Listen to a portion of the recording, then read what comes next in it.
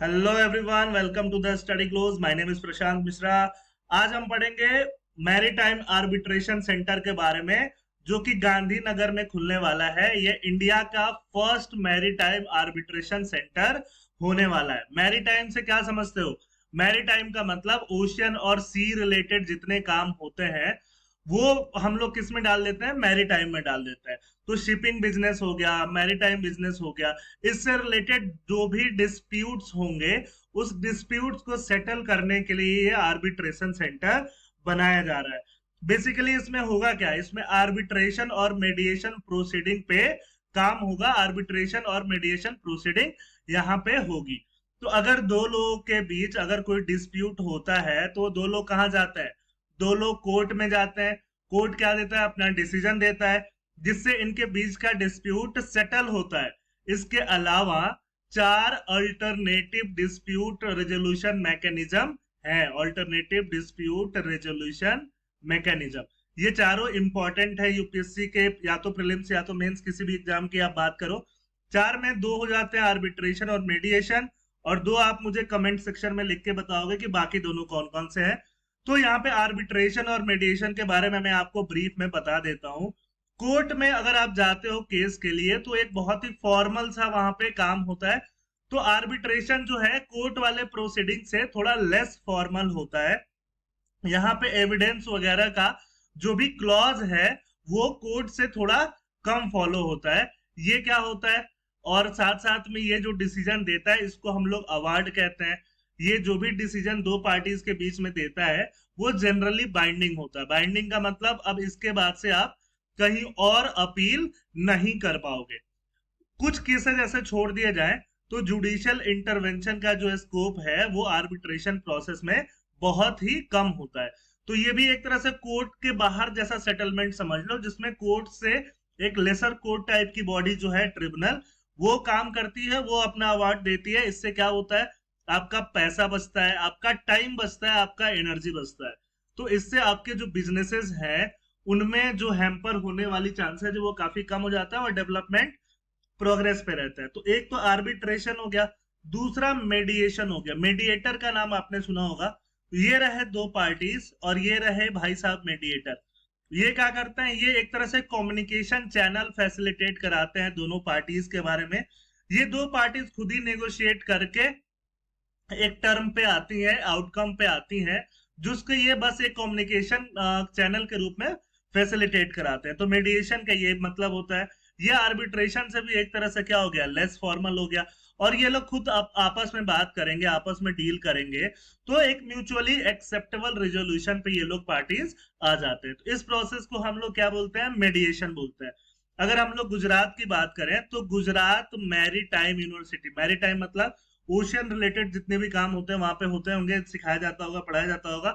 तो Gujarat maritime university और IFSCA international financial service centre authority है, जो कुछ साल पहले ही गुजरात में खोला गया है।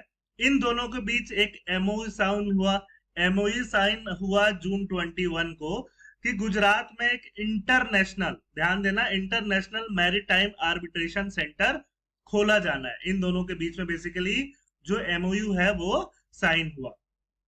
अब वहां पे कहा ये मैरीटाइम सेंटर बनाया जाएगा? तो गुजरात के अंदर एक गिफ्ट सिटी है जो गांधीनगर में है। गिफ्ट सिटी एक तरह से प्रोजेक्टेड सिटी है।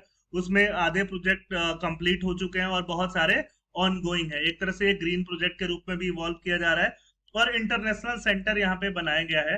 तो बहुत सारे इंटरनेशनल जो ऑर्गेनाइजेशन है यहाँ पे सेटअप किए जाने की बात चल रही है। उसमें ही ये GIMSC जो आपका आर्बिट्रेशन सेंटर है वो खोला जाएगा। अब बात ये आती है कि ऐसे सेंटर की जरूरत क्यों पड़ी? तो इंडिया में more than 35 arbitration centres already existing है, बट ऐसा कोई भी नहीं है जो एक्सक्लूसिवली मैरीटाइम सेक्टर को डील करता है। ये पहला ऐसा सेंटर होगा जो एक्सक्लूसिवली मैरीटाइम सेंटर को डील करेगा। आप ये क्वेश्चन पूछ सकते हो, तो क्या अगर मैरीटाइम डिस्प्यूट इंडिया में आते हैं तो उसके रेजोल्यूशन के लिए लोग कहाँ जाते हैं? उसके रेजोल्यूशन के लिए लोग सिंगापुर जाते हैं। तो ऑब्वियसली आपका टाइम, एनर्जी, बहुत सारा कुछ सिंगापुर जाने आने में खर्च हो जाएगा। और साथ साथ ग्लोबली जो है लंदन प्रीफर्ड सेंटर है आर्बिट्रेशन का।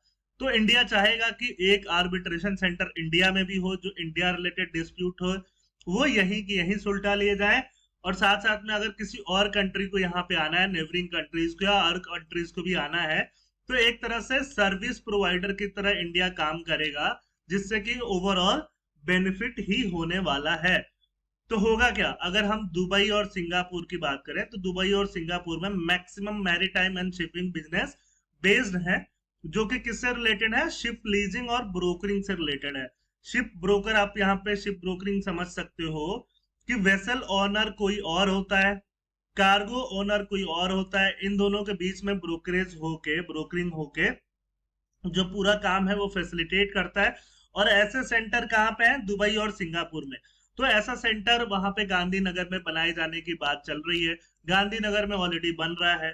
तो इसके अलावा और क्या चाहिए, तो एक आर्बिट्रेशन सेंटर एक और वहां पे बन जाए तो सर्विस में चार चांद लग जाएगा। जो दो तीन सर्विसेज के अलावा एक फैसिलिटेशन जो आर्बिट्रेशन का है वो और गिफ्ट सिटी में बढ़ जाएगा।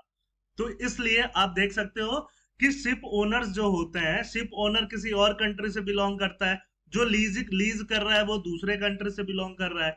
तो दोनों अलग अलग कंट्री से बिलोंग होने की वजह से इनके डिस्प्यूट रेजोल्यूशन में काफी दिक्कत आती है। तो अगर इंडिया में ऐसा सेंटर खोल दिया जाए, तो अगर इंडिया में बिजनेस ऑपरेट हो रहा है तो ओनर कहीं से भी आए, लीज करने वाला कहीं से आ रहा है, और दोनों लोग आके यहाँ पे डिस्प्यूट को क्या कर रहे हैं, रिजॉल्व कर रहे हैं अमिकेबल तरीके से। अमिकेबल मतलब शांतिपूर्ण तरीके से, प्यार से, शांति से, समझा के बुझा के, बिना किसी टेंशन के रिजॉल्व कर रहे हैं, जिससे क्या होगा, बिजनेस फैसिलिटेट ही होगा। बात यह आती है कि अभी करंट स्टेटस क्या है प्रोजेक्ट का। तो अभी हायरिंग चल रही है, रिक्रूटमेंट चल रहा है स्टाफ्स का। एक 10 मेंबर की एडवाइजरी बोर्ड बनाया गया है GIMSC के लिए, जिसमें इंटरनेशनल एक्सपर्ट और प्रोफेशनल क्रिएट किए गए हैं, जो कि रूल्स वगैरह को फॉर्मुलेट करेंगे। ऑब्वियसली आर्बिट्रेशन सेंटर बनाया जाएगा तो एक रूल वगैरह का चार्ट बनाया जाएगा, तो उसको फैसिलिटेट करने के लिए एडवाइजरी बॉडी बना दी गई है। गुजरात मैरीटाइम यूनिवर्सिटी के जो डायरेक्टर हैं, डायरेक्टर का नाम है प्रोफेसर S शांता कुमार, उनको डायरेक्टर अपॉइंट किया गया है GIMSC का। तो ये 21 को ही MOU साइन हुआ और ये डायरेक्टर भाई साहब को बना दिया गया। और क्या है, GMB मतलब गुजरात मैरीटाइम बोर्ड, जो क्या कर रहा है, जो फॉरेन में और अल्टरनेटिव डिस्प्यूट रेजोल्यूशन सेंटर है उनके साथ कोलैबोरेशन वगैरह सीख कर रहा है। कोलैबोरेशन सीख करेगा तो क्या होगा, वो जो भी प्रैक्टिसेज वो लोग अपनाते हैं, जो भी टेक्निकल फैसिलिटीज उनके पास हैं, जो भी एक्सपर्टीज हैं, वो इंडिया को भी वहां से मिल पाए। बट अभी तक ऐसी कोई फॉर्मल टाई हो नहीं पाई है, बट फ्यूचर में जरूर इसके होने के चांसेस है। तो ये रहा ये पूरा टॉपिक। एक बात ध्यान से सुनना, संडे की रात 9 बजे सिद्धांत अग्निहोत्री सर लाइव आएंगे, तो आप भी लाइव आ जाना। बहुत ही इंपॉर्टेंट न्यूज, इंपॉर्टेंट सरप्राइज आपके लिए चैनल पे आने वाला है। Last but not the least, subscribe the channel and download the app from the Google play store. Thank you, जय हिंद।